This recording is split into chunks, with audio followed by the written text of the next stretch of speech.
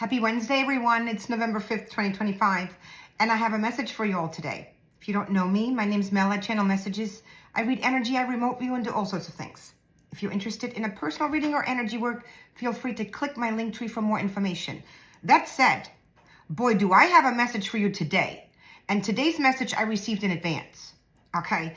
During my quiet time, those of you who've been following me, you know what that means. Today's message is from a source that I have never publicly channeled, meaning channeled information for the public. This source is Merlin, the sorcerer Merlin, the very same that most of us know from King Arthur legend. So if you've been wondering, I didn't realize he existed. Yes, he does. And so do many other figures that are legend. Now, why Merlin? I'll tell you in just a moment, and you'll understand when I read the message. Merlin obviously is someone who is very familiar with magic, right? And he has something to say. And what he has to say is going to be a brain teaser. And this is one reason why I love this message. And I'm going to get into it in just a moment. But I want to briefly explain.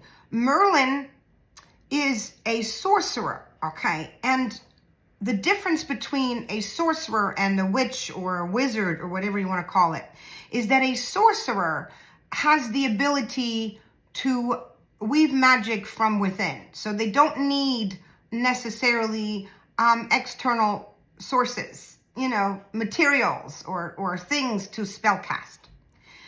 That's the difference, because I had that question a long time ago when I first encountered him. Speaking of which, Merlin is not new to me.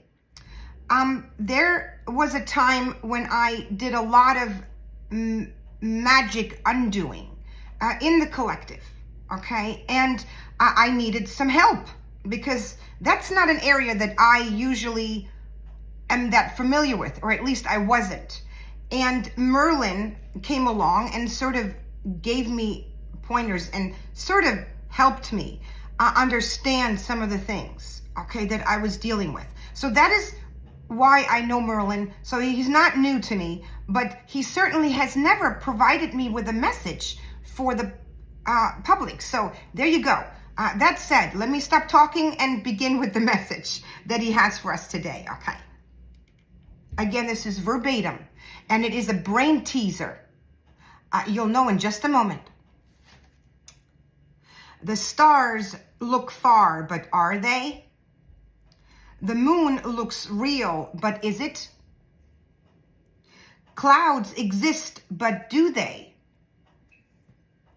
The earth you touch is solid, but is it?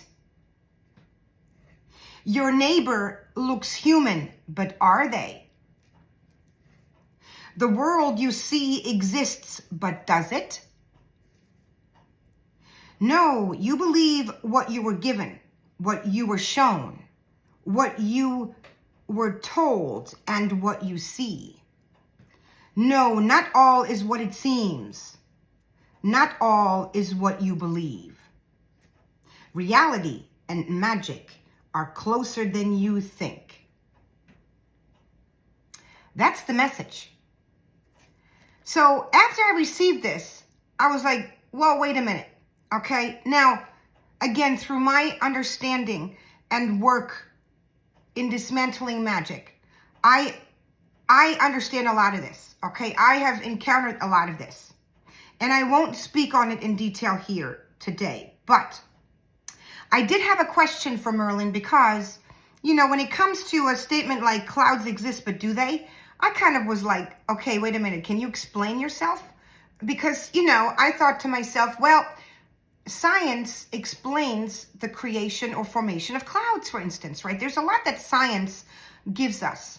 And this is what Merlin had to say about my question in reference to clouds or other scientific things. Only because science found an explanation does not mean the explanation holds truth. And of course, that brought another question to my awareness. that I wanted to ask, not only for myself, but for all of us. And that is, well, why does it not hold truth? And this is what he told me next, or made me aware of next, really made me sit back and realize something that I hadn't thought of, at least not more recently. And that is that we as a human collective are given truth only to the extent of what it is that we are capable of understanding.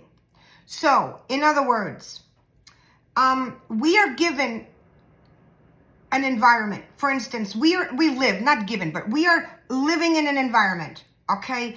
And this environment provides information for science to explore. And science can only explore as much as it is capable of understanding within the consciousness that they operate in, that it operates in, and within the space that it is provided. So in other words, you can't explain something you're not aware of. You can't explain something, you can't scientifically understand something that you do not know exists, okay? Which is what brings me back to that statement. So science explains some of the things that are happening in this world, or that we know of, adequately in the manner in which it can. But since what is being presented may not be fully the truth, therefore science is not fully the truth. I hope that makes sense. Anyway, today's message is quite something.